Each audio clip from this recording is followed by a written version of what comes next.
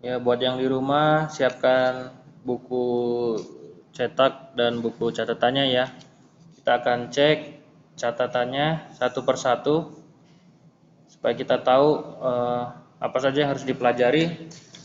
Cek di halaman 1 bab 1. Kalau kalian sudah punya catatannya tidak perlu catat lagi ya. Kalau belum nanti ditandain saja di buku cetaknya pakai pensil, nanti baru ditambahkan ke buku catatan. Jadi di bab 1 itu tentang perumusan dan penetapan Pancasila sebagai dasar negara. Di bab 1 ini kita diberitahu tentang pembentukan dan perumusannya serta pengesahannya. Nah, itu diawali di halaman 3. Di halaman 3 coba dilihat. Di situ kan awalnya dibentuk oleh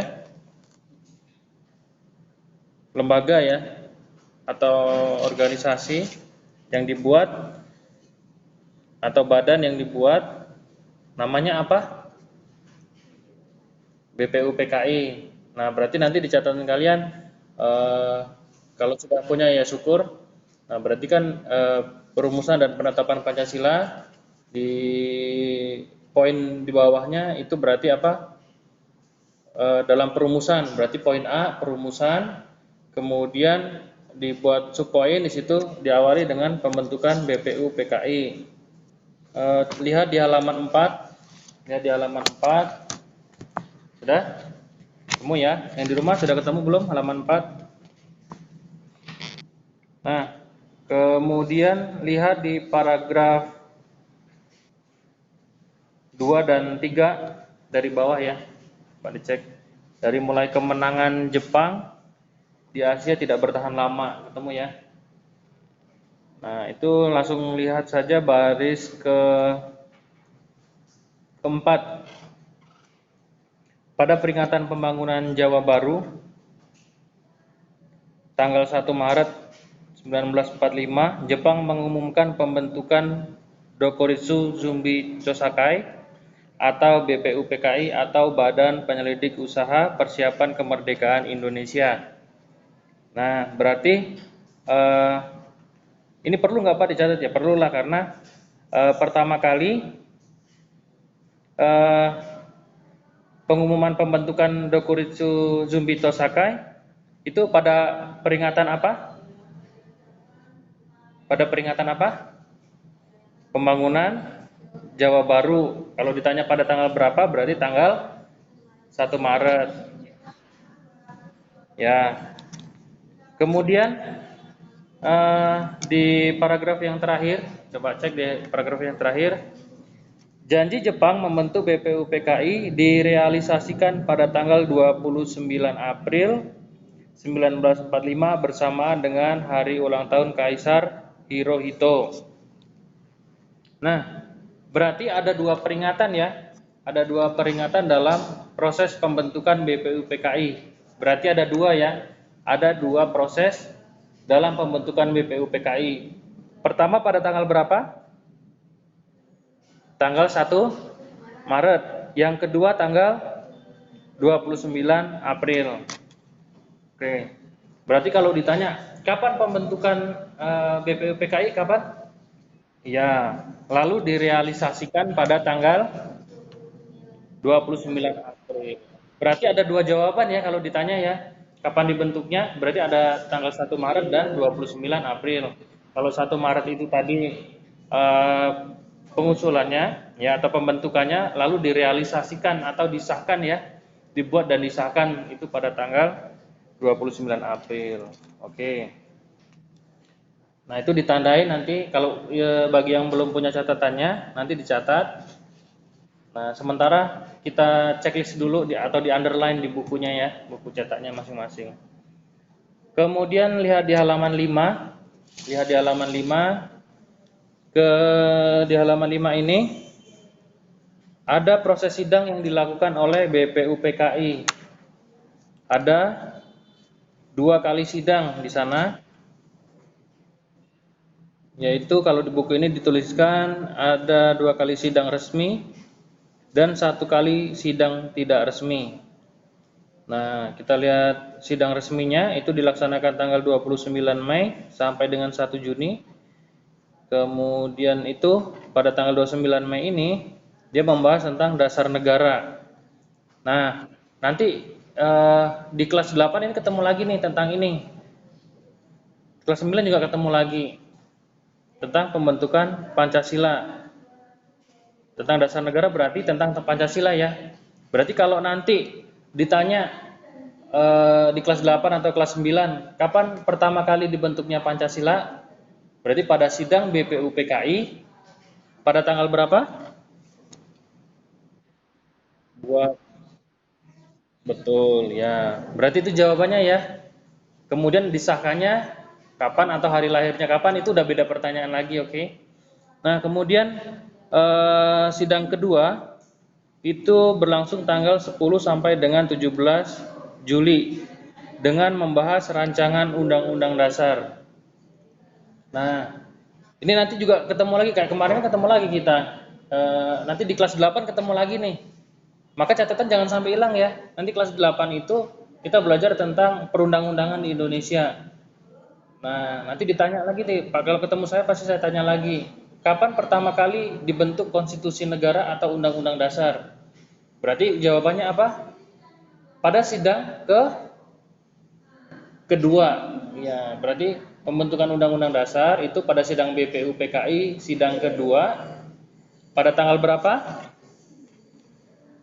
Tanggal 10 sampai 17. Tuh. Lalu nanti disahkan. Kapan disahkan? Berarti ada pertanyaan yang berbeda kan? Berarti beda antar kapan dibentuk dan kapan disahkan. Kalau kapan dibentuk berarti di sidang kedua.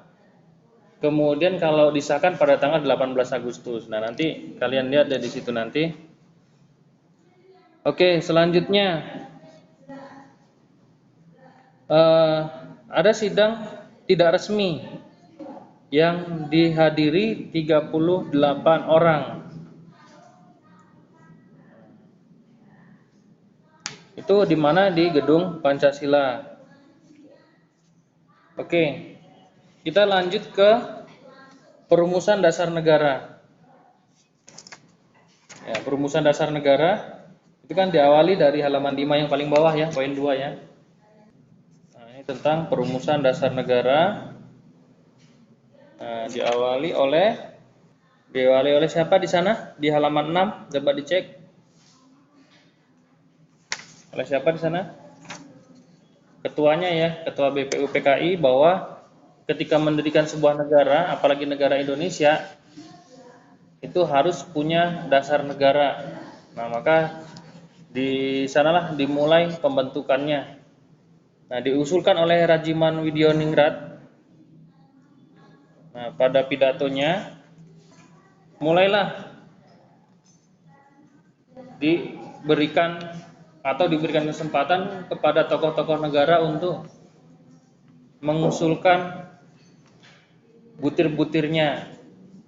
Nah, berarti dari sini bisa tahu ya kita siapa sih yang pertama kali mengusulkan dasar negara. Nah, berarti kalau mengusulkan dasar negara pertanyaan berarti oleh Ketua BPUPKI. Kalau ditanya namanya ya berarti KRT Rajiman Widioningrat. Nah, lalu diserahkan kepada para tokoh-tokoh. Nah, ini jarang sekali ditanyakan ya, tapi kalian hanya perlu tahu saja tadi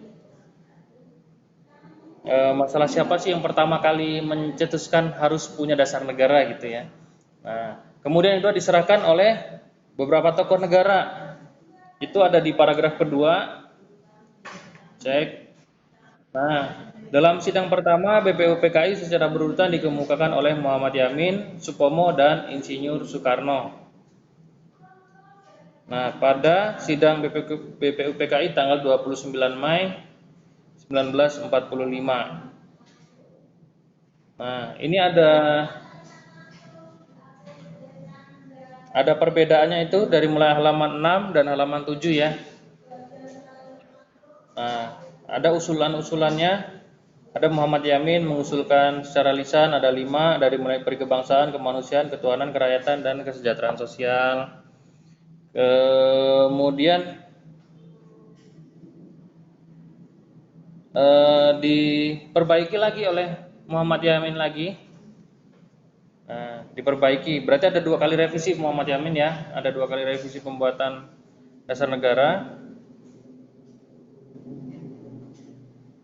Kenapa dibedakan? Yang pertama dia hanya secara lisan, yang kedua tertulis atau sudah direvisi atau diperbaiki. Itu ada di halaman 7. Kemudian tanggal 31 Mei, di sana ada Supomo. Itu ada 5 juga. Kemudian sampai dengan Insinyur Soekarno. Nah, yang kalian garis bawahi lagi ya. Kalau biasanya yang ditanyakan di soal, karena nanti kan kalian di kelas 9 nanti kan ujian sekolah ya, ujian akhir. Nah, biasanya yang ditanyakan adalah siapa tokoh yang mengusulkan dasar negara. Berarti jawabannya ada siapa?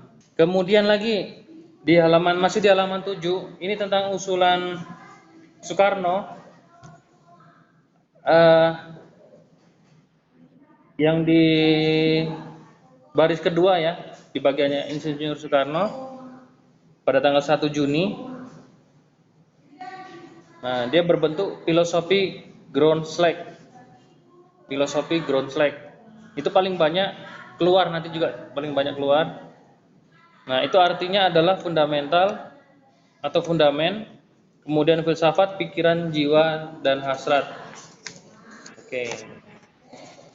Kita pindah di halaman ke-8 yang mengusulkan, mungkin kalian sudah tahu, kalau belum tahu ya segera tahu.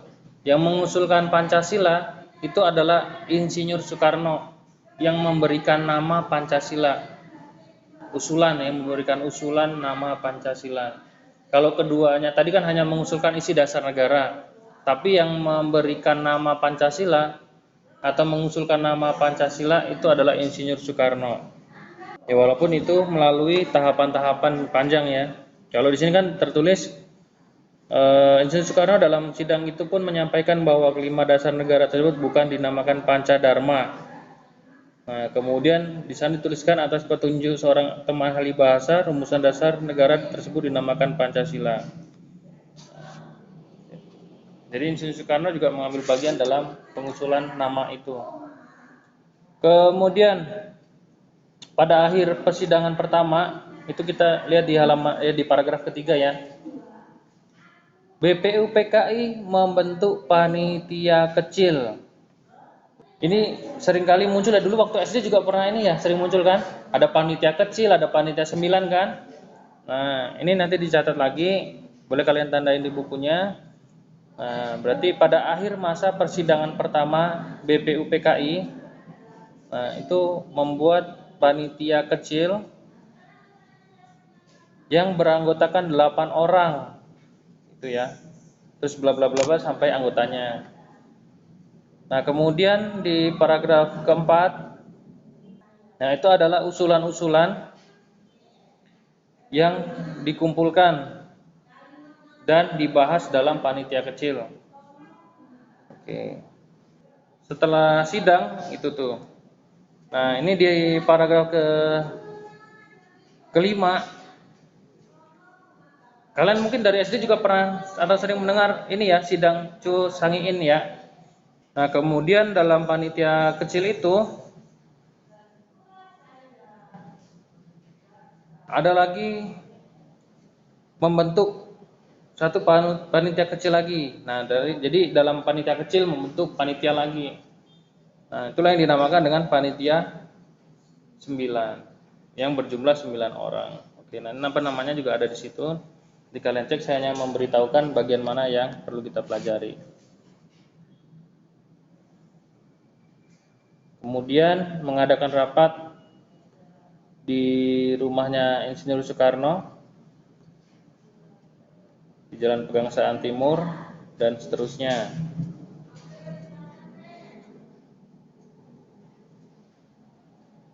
Kemudian di dalam rapat itu dia membahas juga masalah hukum dasar dan dasar negara. Nah, ini yang seringkali ditanyakan juga di paragraf yang di atas gambar itu ya. Nah, itu di baris kelima. Nah, situ kan Insinyur Soekarno dalam rancangannya itu mengatakan bahwa hukum dasar, pembukaan hukum dasar itu diberikan nama Mukadimah. Nah, ini sering muncul nih pertanyaan begini nih. Nanti pertanyaan biasanya pembukaan hukum dasar atau undang-undang dasar pada saat itu disebut dengan apa? Nah, itu jawabannya adalah Mukadimah ini. Kemudian rancangan hukum dasar ini atau dalam sidang itu ada juga disebut dengan Piagam Jakarta oleh Muhammad Yamin. Piagam Jakarta atau kalau dalam bahasa ininya dinamakan apa? Jakarta Charter ya. Pernah dengar kan? Kemudian Sukiman Wirjo Sanjoyo disebut Gentleman Agreement. Oke.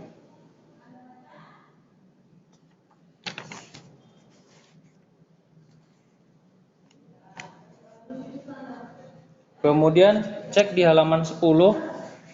Cek di halaman 10.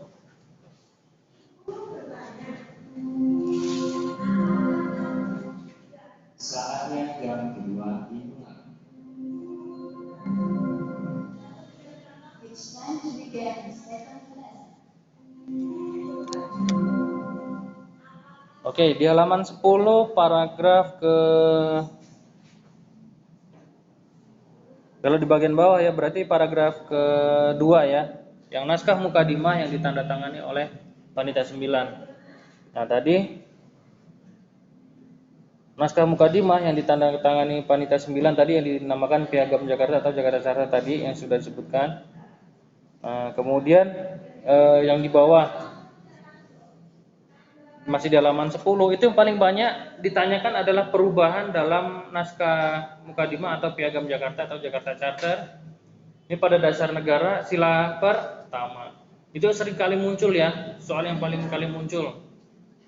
Apa bentuk perubahannya? Berarti kan di dalam sila pertama yang ketuhanan dengan kewajiban menjalankan syariat Islam bagi pemeluknya diganti dengan apa? Ketuhanan yang Maha Esa, betul. Nah, nanti ini diingat-ingat karena ini paling banyak muncul. Nah, karena nanti jadi bahan pelajaran kita ya supaya ketika kelas 9 kan soal yang buat bukan saya nih. Dari Dinas Pendidikan nanti yang buat. Nah, jadi kalian harus belajar dengan baik. Kalau saya yang buat kan gampang kan ya. Apa yang biasa kita pelajari hari-hari, ya udah itu aja yang dikeluarin kan. Nah, tapi kalau yang buat orang lain ya berarti kalian sendiri yang harus berusaha. Salah satu saya membantu ya dengan begini, dengan membuatkan catatan di setiap akhir semester. Bentar lagi kan udah akhir semester ya. Minggu depan ya. Nah, harus bisa belajar nih. Ini juga bisa jadi bahan belajar kalian nanti.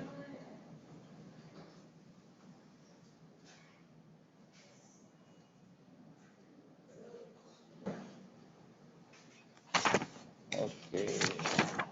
Kita lanjutkan ke halaman 12. Lanjutkan halaman 12 tentang penetapan Pancasila sebagai dasar negara.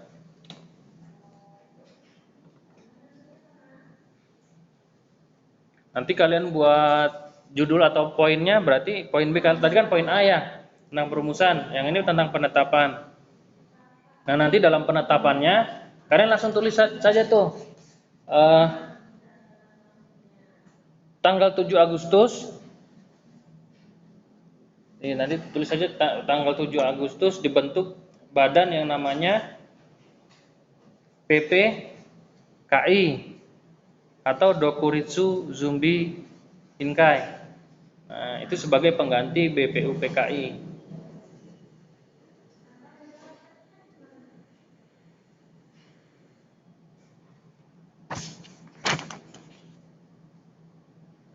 Nah, kemudian singkatnya dalam pembentukan PPKI pada tanggal 7 Agustus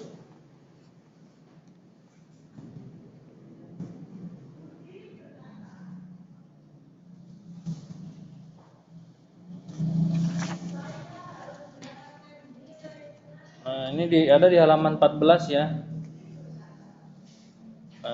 Itu PPKI. Nah, berarti pada sidang PPKI itu sekaligus ya.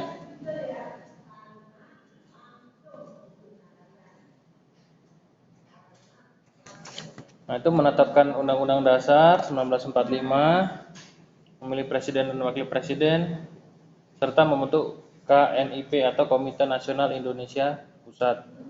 Nah, itu inti dari pembentukan PPKI.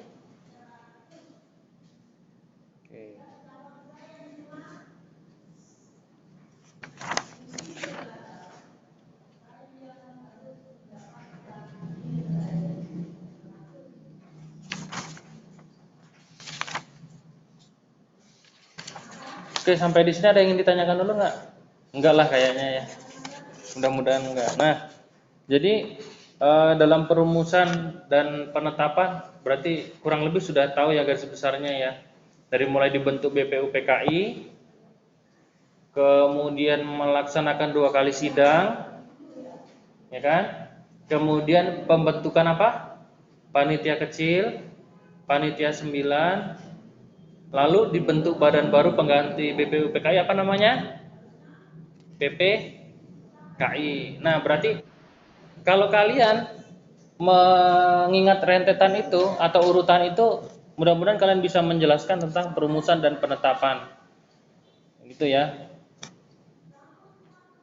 Ya, oke. Berarti perumusan dan penetapan selesai. Kita lanjut ke poin yang terakhir di halaman 16 tentang semangat pendiri negara dalam merumuskan dan menetapkan Pancasila sebagai dasar negara. Nah, kalau ini kan kita sudah jelaskan ya waktu itu ya. Mungkin sudah catat belum itu? Yang faktor-faktornya, kemudian pengertian nasionalisme, patriotisme, udah kali ya? Harusnya udah, waktu itu kita zoom loh ini di bab 1. Ada nggak? Coba dicek di catatannya, ada nggak?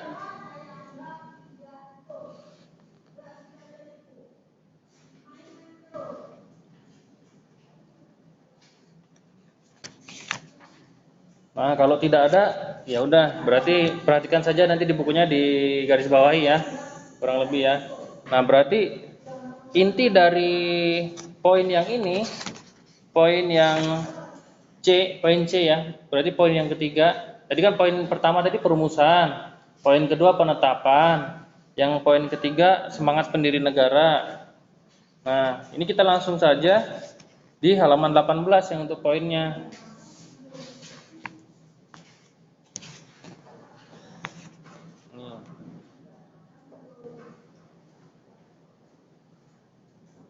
Saya singkat saja di bagian ini.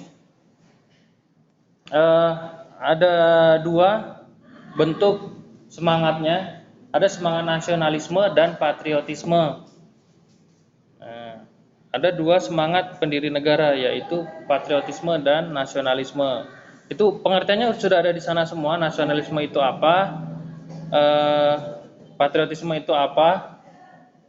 Nah, itu ada di sana. Kalian tandai saja. Nanti kalian catat di rumah saja. Kemudian itu juga ada di poin di nomor 19, halaman 19, bagian A sampai dengan E, pro patria, jiwa solidaritas, jiwa toleransi, tanpa pamrih, jiwa kesatria, nah dan seterusnya. Biasanya untuk poin yang ini ada pertanyaan seperti ini, biasanya ada di esai atau pilihan ganda ya. Nah, biasanya pertanyaannya seperti ini. Sebutkan sikap semangat pendiri negara dalam merumuskan dan menetapkan Pancasila. Itu biasanya soalnya seperti itu. Maka kalau ada soal seperti itu atau kalian diminta untuk menyebutkan sikap semangat pendiri negara dalam merumuskan dan menetapkan, jawabannya minimal kalian ada dua jawaban ya. Jawaban yang pertama adalah nasionalisme, yang kedua adalah patriotisme. Itu saja sudah cukup. Sudah cukup mewakili ya. Nah, kalau kalian bisa menjelaskan lebih lanjut atau menyebutkan lebih lanjut, berarti kalian sebutkan lebih lanjut di nomor halaman 19 dari poin A sampai dengan E. Itu berarti sudah lengkap jawaban kalian ya. Kalau ditanya tentang sikap semangat para pendiri negara, itu sudah lebih dari cukup. Kalian jawab dua, nasionalisme dan patriotisme, itu sudah benar. Kalau kalian bisa jelaskan poin A sampai E, itu lebih bagus. Gitu ya. Oke.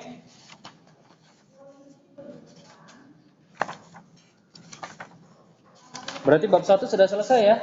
Kita lanjut ke bab 2 nih. Kita lanjut ke bab 2 tentang norma dan keadilan. Oke.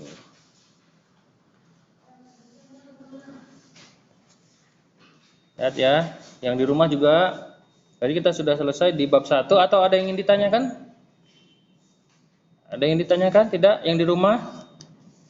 Untuk bab 1-nya?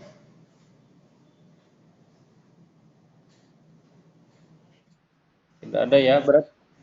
Berarti besok kita sudah tidak ada alasan lagi. Ini tidak detail waktu kasih tentang bab 1-nya, bab 2-nya, bab 3-nya gitu ya. Besok nggak ada alasan gitu lagi ya. Atau tidak pernah diberitahu. Aduh, parah. Nah, kita lanjut ke bab 2. Kita lanjut ke bab 2. Diperhatikan ya, di bab 2 itu judulnya adalah norma dan keadilan. Oke.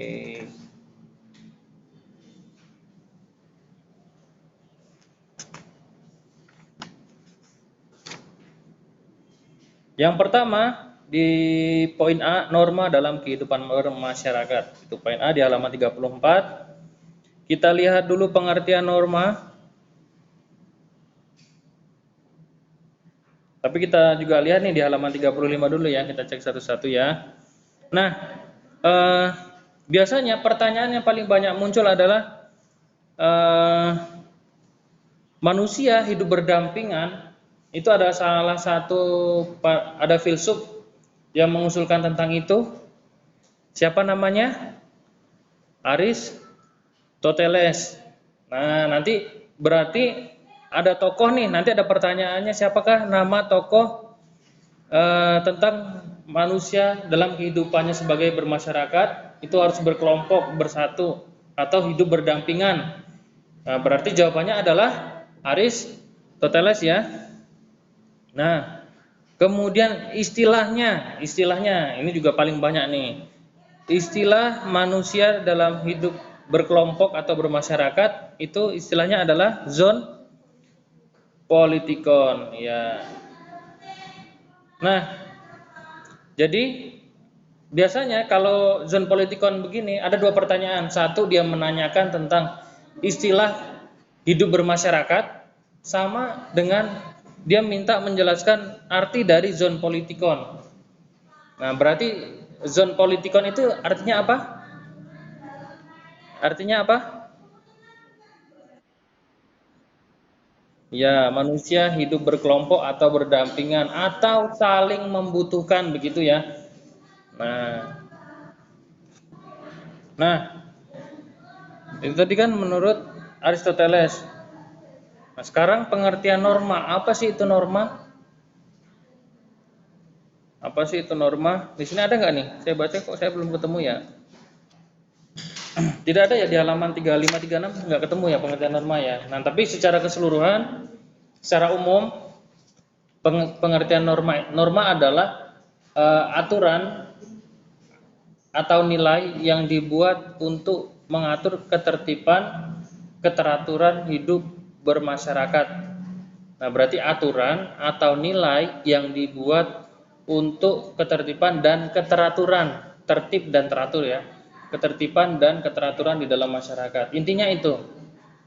Nah, itu pengertian dari norma. Berarti kalau ditanya norma itu sumbernya dari mana? Dari nilai.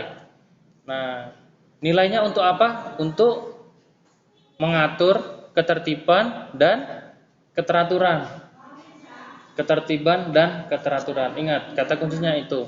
Fungsi dari norma adalah untuk mengatur dan menertibkan. Udah, hanya dua situ saja intinya.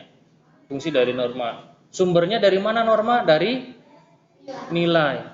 Nilainya diambil dari mana? Dari kehidupan masyarakat. Udah, intinya itu. Nah, kita lihat di halaman 37. Oh, ini ada nih. Ada pengertian norma di info kewarganegaraan ya, di halaman 37 ya ada ya. Nah, istilah norma berasal dari bahasa Inggris norm yang bahasa Yunani nomos yang berarti hukum. Norma adalah institusionalnya yang diidealkan sebagai kebaikan, keluhuran, bahkan kemuliaan sebagai kehidupan dan juga untuk mengukur nilai buruk atau tidak luhur atau tidak mulia. Intinya sama kan ya, untuk mengatur ketertiban dan keteraturan. Oke,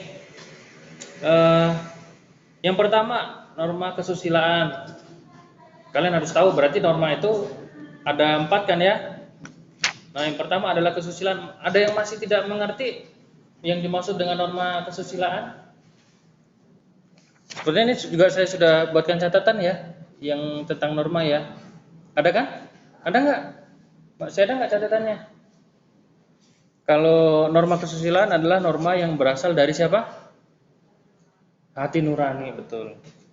Nah, sumber nilainya dari siapa? Kalau kesusilaan? Dari masyarakat.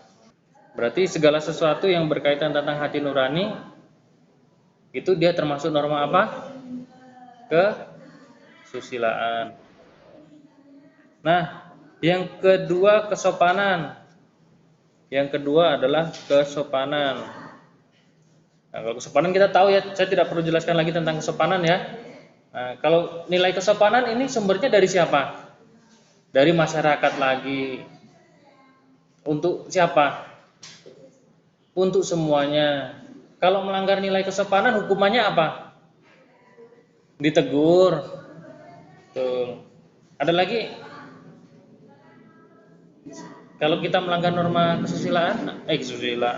kesopanan, apa hukumannya? Selain ditegur, ya tegur atau dinasihati sama. Ada lagi nggak kira-kira? Selain itu, paling besar hukuman dalam norma kesusilaan ya hanya teguran ya, hanya teguran. Ya kalau kelewatan ya dimaki kan. Nah itu. Kemudian yang C, bagian ketiga dari norma adalah norma agama. Kalau norma agama sumber nilainya dari siapa? Dari Tuhan. Untuk siapa? Untuk semua. Lalu hukumannya apa kalau melanggar norma agama? Hukumannya apa? Ya, di halaman 66 tentang perancang Undang-Undang Dasar. Itu berarti di paragraf kedua ya. Panitia kecil memperancang Undang-Undang Dasar pada tanggal 13 Juli 1945 membahas bla bla bla bla sampai bawah. Nah, kemudian ada beberapa tanggal-tanggal yang harus kalian tahu. Di sini ada tanggal 13 Juli, 14 Juli, 15 Juli sampai dengan 16 Juli. Ada pertama tanggal 13 Juli. Nanti kalian buat poin sendiri-sendiri ya supaya tahu ya, supaya kalian gampang belajarnya. Pada tanggal 13 Juli 1945 membahas tentang lambang negara, negara kesatuan, sebutan Majelis Permusyawaratan Rakyat dan membentuk panitia penghalus bahasa. Udah itu aja dulu. Sampai situ ya. Langsung intinya saja nanti kalian catat di rumah. Berarti pada tanggal 13 Juli, berarti 13 Juli 1945 membahas tentang lambang negara, negara kesatuan, sebutan MPR, dan membentuk panitia penghalus bahasa. Titik, udah sampai itu aja dulu. Kemudian tanggal 14 Juli. Tanggal 14 Juli. Nah, pembicaranya tentang apa? Tentang pernyataan kemerdekaan. Udah, sampai situ aja. Kemudian pada tanggal 15 Juli membahas tentang rancangan Undang-Undang Dasar. Udah, sampai situ aja. Kemudian sampai tanggal 16 Juli.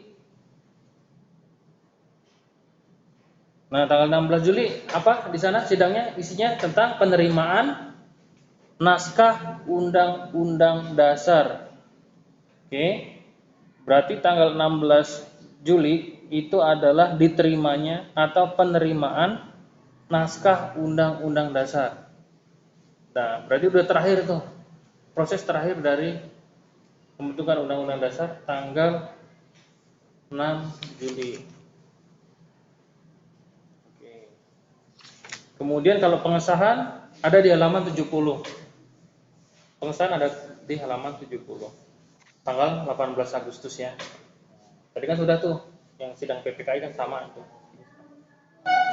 Tapi kalian tulis aja nanti, diperhatikan di catatan pertama udah. Catatan kedua tulis saja Undang-Undang Dasar disahkan pada tanggal 18 Agustus sudah. Oke. Kita lanjut di halaman 72. 72 itu fungsi konstitusi. Fungsi konstitusi itu sebenarnya di Indonesia hanya ada 3 ya. Ada 3 fungsi konstitusi. Penentu, pengatur, dan pengontrol. Hanya 3 fungsinya. Penentu, pengatur, pengontrol. Kalau ini kan penentu, pengatur saja ya, sampai ke bawah itu. Nah, tapi sebenarnya fungsi Undang-Undang Dasar itu hanya ada 3, penentu, pengatur, dan pengontrol. Kalau penentu tahu ya, maksudnya banyak yang ditentukan untuk membatasi pergerakan, mau itu warga negara, mau itu pemerintah. Mengatur jelas, mengatur warga negara dan juga pemerintah. Alat kontrol juga sama, jelas, mengontrol tindakan pemerintah, juga mengontrol tindakan masyarakat sama. Nah, tapi secara umum ada 10 ini ya. 10 fungsi konstitusi secara umum. Tapi fungsi Undang-Undang Dasar itu 3. Peran tokoh ada di halaman 74. Kalian baca sendiri. Berarti kan peran tokohnya kurang lebih kalau di sini di buku peran tokoh perumus undang-undangnya salah satunya adalah mengutamakan musyawarah dan mufakat, kemudian sampai dengan terbentuknya konstitusi sebuah negara. Oke. Ini udah selesai.